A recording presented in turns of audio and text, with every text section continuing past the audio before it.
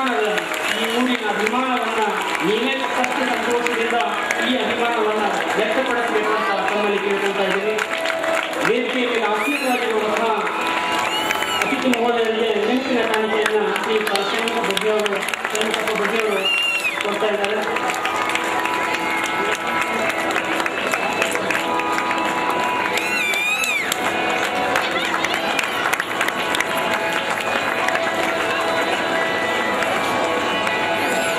ಮಹನೀಯರಿಗೆ ಪೂಜ್ಯರ ಪಾಠಗಳಿಗೆ ನೆನಪಿನ ಕಾಣಿಕೆಯನ್ನು ನೀಡಿರುವಂತಹ ಷಣ್ಮುಖಪ್ಪ ಬಡ್ಡಿಯವರಿಗೂ ಸಹಿತ ಧನ್ಯವಾದ. ಪ್ರಮುಖವಾದ ಘಟ್ಟಗಳನ್ನು ಹತ್ತ ನಾವು ದಾಪುಗಾಲನ್ನು ಹಾಕ್ತಾ ಇದ್ದೀವಿ. ಇಂದಿನ ಸಂಜೆ ಈಗ ಡಾಕ್ಟರ್ ಮೃತ್ಯುಂಜಯ ಅಗಡಿ ಖ್ಯಾತ ಗಾಯಕರು ಧಾರವಾಡ ಇವರಿಂದ ಲಘು ಸಂಗೀತ ಕಾರ್ಯಕ್ರಮ ಪ್ರಾರಂಭವಾಗಲಿದೆ.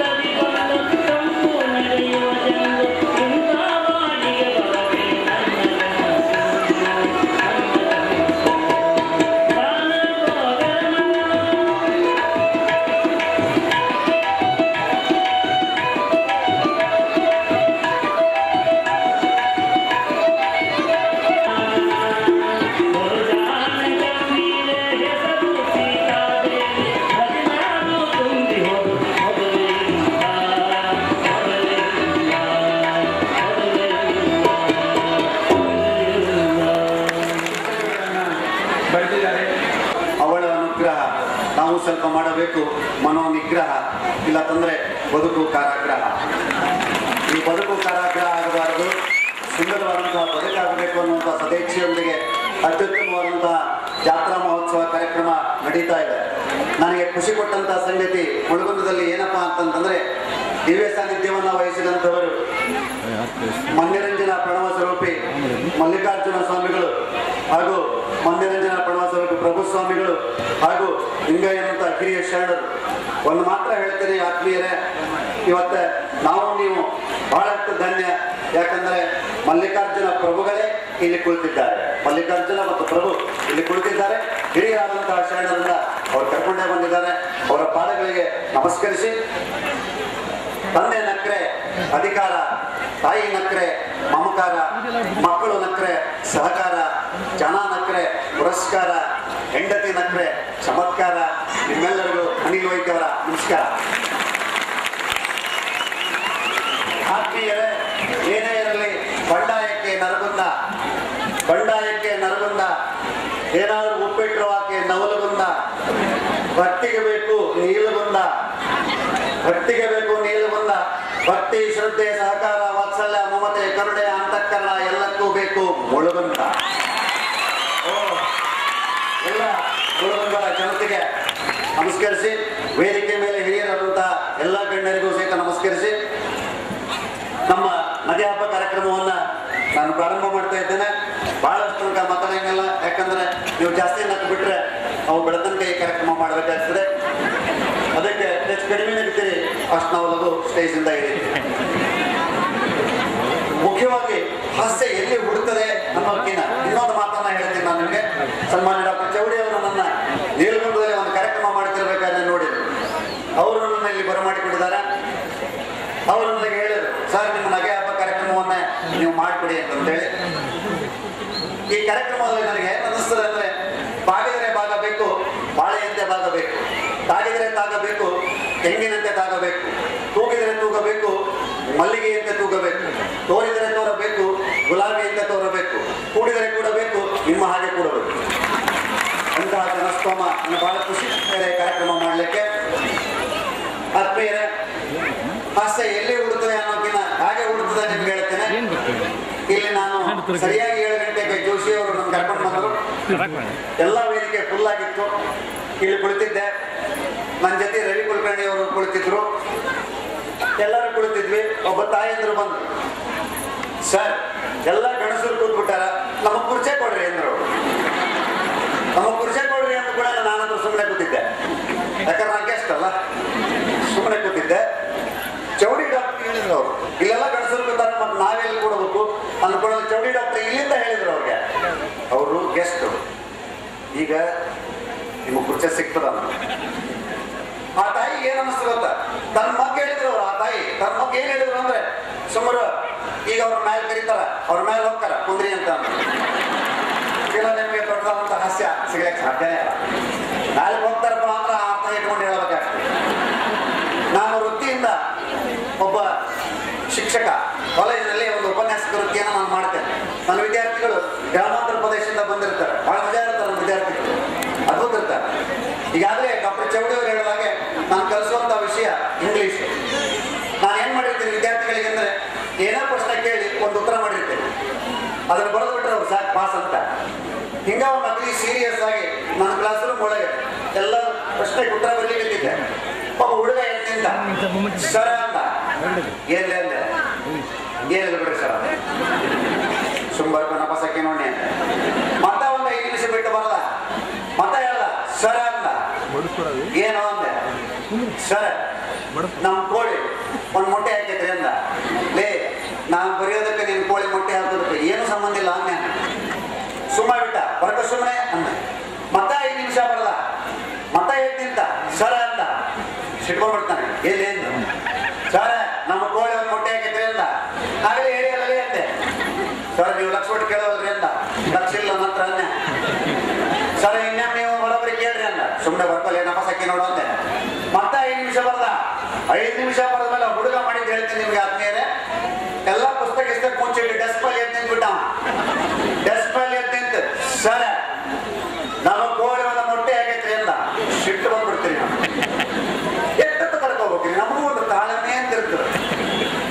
ಸಿಟ್ಟು ಬಂದು ನಾ ಏನಂತೇನೆ, ಆಗಲೇ ಹೇಳಿಯಲ್ಲೇ ನಿಮ್ಮ ಕೋಳಿ ಮೊಟ್ಟೆ ಹಾಕಿದ್ದಲ್ಲೋ ಹಾಕಿ ಬಿಡಲೆ, ಅದ್ರಾಗೆ ಏನೈತಿ ಮಹಾ ಅಂದೆ. ಏನನ್ಬೇಕ್ರಿ ಹುಡುಗ, ಹಂಗಾರೆ ನೀವು ಹಾಕಿ ಸಣ್ಣ ಬಹಳ ಮಜಾ ಅಂತ ಹಾಸ್ಯ ಪ್ರಸಂಗ ಸಿಗ್ತಾವ. ನೀವು ಬಹಳ ಮಜಾ ಸಿಗ್ತಾವ. ನೋಡ್ಕೊತಾವ್ರು ಕಟ್ಟೆ ಒಂದು ಚಿಕಿತ್ಸೆ ಬುದ್ಧಿ ಇರ್ಬೇಕು. ನಾವೆಲ್ಲ ಕಾರ್ಯಕ್ರಮ ಮಾಡ್ತೀವಿ, ಮನೆಗೆ ಹೋಗ್ತೀವಿ. ಆತ್ಮೀಯರು ನಾನು ಆಣೆ ಮಾಡಿ ಹೇಳ್ತೀನಿ ಈ ವೇದಿಕೆಯಲ್ಲಿ, ನಾನು ಮನೆಗೆ ಹೋದ್ಮೇಲೆ ನನ್ನ ಹೆಂಡತಿ ಮಾರಿ ಸಿಂಡಿಸ್ಬಿಟ್ಟಿರ್ತಾಳ.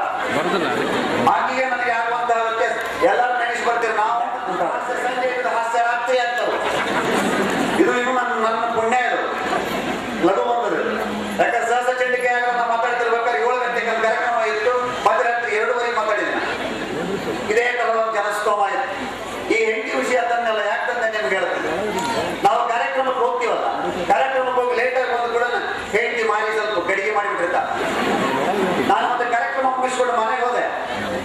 ನನ್ನ ಹೆಂಡತಿ ಮಾರಿ ಗಡಿಗೆ ಮಾಡಿದ್ಲು. ಗಡಿಗೆ ಮಾಡಿದ್ಲು ಮಾರಿ. ನಾನು ಹಾಗೆ ನನ್ನ ಹೆಂಡತಿಗೆ ಹೇಳಿದೆ, ಎಷ್ಟು ಚಂದ ಕಾಣಿಸ್ತೀವ ಅಂತ. ಎಲ್ಲ ಮದುವೆ ಆದಂತ ಪುರುಷರು ಬಿಡುವಂತ ಶಿವಬಾಣ ಬಿಟ್ಟೆ, ಚಲೋ ಕಾಣಿಸ್ತೀವಿ ಬಂದೆ. ಬರ ಊಟ ಅಂದೆ. ಸಿಟ್ಟು ಬಂದ್ರೆ ಹೆಣ್ಮಕ್ಳು ಹೆಂಗ್ ಮಾತಾಡ್ತಾರೆ ನಿಮ್ಗೆ ಹೇಳ್ತೀನಿ. ನಾ ಕೇಳಿದ್ದೇನು, ಊಟ ಅಂದೆ. ಏನನ್ಬೇಕು ನನ್ನ ಹೆಂಡತಿ, ಇಟ್ಟಿನಿ ಅಂದು ಗಾಬೆ ಬಿಟ್ಟೆ. ನಾಯಿಗೆ ಬಾಯಿಗೆ ಊಟ ಇಟ್ಟಿರ್ತಾರಲ್ಲ, ಹಂಗೆ ಇಟ್ಟಾರ. ಆದ್ರೂ ಸಿಟ್ಟಿಗೆ ಹೆಂಡತಿ ನಾನು ತಡವಲಿಲ್ಲ. ಹೋಗಲಿ ಬಿಡಕ್ಕೆ ಇಷ್ಟ ಮಾತಾಡಕ್ಕೆ ಅಂತೇಳಿ ಏನೇನು ಅಡಿಗೆ ಮಾಡೋಣ ನೋಡಿ ಎಲ್ಲ ನೀಡಿದ್ರು. ಗಂಗಾಳದಾಗೆಲ್ಲ ಹಾಕಿದ್ರು. ನೋಡ್ತೀನಿ, ನಿಮ್ಗೆ ಹೇಳ್ತೀನಿ ಆದ್ಮೇಲೆ, ಉಪ್ಪು ಮತ್ತು ಉಪ್ಪಿನಕಾಯಿ ನಡುವೆ ನಾನು ಹೆಂಡತಿ 8 ಅಣೆ, 1 ರೂಪಾಯಿ, 2 ರೂಪಾಯಿ ಇವನ್ನೆಲ್ಲ ಇಟ್ಬಿಟ್ಟಿದ್ಲು. ಕಾರ್ಯ ಬಿಟ್ಟೆ, ಬಹಳ ಇಲ್ಲಿ ಅಂದೆ. ಏನ್ರಿ ಏನು ಅಲ್ಲ, ಊಟದಾಗ ಚಿಲ್ಲರ್ ಇಟ್ಟಿಯಲ್ಲ, ಚಿಲ್ಲರ್ ತಿನ್ನಿಸ್ಬೇಕಂತ ಮಾಡಿ ಏನ ಅಂದೆ. ಏನಂದ್ರಿ ನನ್ನ ಹೆಂಡತಿ, ಹಾಗೆಲ್ಲ ಹೊಡ್ಕೊತಿರಲ್ರಿ, ಊಟದಾಗ ಚೇಂಜ್ ಇರ್ಲಿ ಅಂತೇಳಿ ಚೇಂಜ್ ಇಟ್ಟಿನಿ ಅಂತ. ನಾ ಇಂಥದ್ದು ಹೇಳಿದ್ರು ನೀವು ನನ್ನ ಹೆಂಡತಿ ಬಗ್ಗೆ ಮತ್ತೆ ವಿಚಾರ ಮಾಡಬಾರ್ದು. ಹೋಯ್ತು ಸರ್, ಎಂತ ದಡ್ಡ ಹೆಂಡತಿನ ಲಗ್ನಾಗ ಅಲ್ಲ ಬಹಳ ಕ್ಷಣಗಳಲ್ಲ. ಒಂದು ಕಾರ್ಯಕ್ರಮಕ್ಕೆ ಹೋಗಿ ಬಂದೆ, ಚಾ ಬೇಕಾಗಿತ್ತು ನನಗೆ. ಲೇ ಅಂದೆ, ರೀಯನ್ಲೋ ಅದೇನು ಗ್ಯಾಸ್ ಖಾಲಿ ಆಗಿತ್ತು ಏನಾಗಿತ್ತು ಗೊತ್ತಾಗಲಿಲ್ಲ. ಬರ್ಲೇ ಇಲ್ಲ ಹೆಂಡತಿ ಸಿಟ್ಕೊಂಡ್ಬಿಟ್ಟೆ. ಶಾಲೆ ಅಂತ ಹಿಂಗ್ ಮಾಡಿಬಿಟ್ಟೆ. ಪಾಪ ಹಿಂದ ಬಂದಿದ್ದಾನೆ. ನನ್ನ ಕೈ ಕಪ್ಪಿಗೆ ಬಡದ್ಬಿಡ್ತಿಲ್ಲ. ಕಪ್ಪು ಟಳ್ಳದ್ದು. ನನಗೆ 2 ವಿಷಯಕ್ಕೆ ಸಿಟ್ಟು ಬಂದು. ಒಂದು, ಚಹಾ ಸಿಗ್ಲಿಲ್ಲ. ಇನ್ನೊಂದು ಕಪ್ಪು ಹೊಡಿತು. ನನ್ನ 25 ವರ್ಷದ ದಾಂಪತ್ಯದೊಳಗೆ ಪ್ರಥಮ ಬಾರಿಗೆ ನನ್ನ ಹೆಂಡತಿಯನ್ನು ಬೈಯುವಂತ ಸಾಹಸ ಮಾಡಿದೆ. ಅಲ್ಲಿ ತನಕ ನಾವು ಬೈದಿದ್ದೇ ಇಲ್ಲ. 25 ವರ್ಷ ಬೇಕಾದ ನನ್ನ ಹೆಂಡತಿನ ಬೈಯಾಕ ಒಂದು ಸಲ ಒಳ್ಳೆ ಚಾನ್ಸ್ ತಗೊಂಡು ನನ್ನ ಹೆಂಡತಿ ಬೈದೆ. ದೇವರು ನಿಂದಲ ಸಗಣಿ ತುಂಬ್ಯಾನ ಸಗಣಿ ಅಂದೆ. ಏನಂದ್ರೆ ಏನು, ದೇವರು ನಿಂದಲ ಸಗಣಿ ತುಂಬ್ಯಾನ ಅಂದೆ. ಇನ್ನೇಮಂದ್ರಿ ಏನು, ದೇವರು ನಿಂದಲ ಸಗಣಿ ತುಂಬ್ಯಾನ ಅಂದೆ.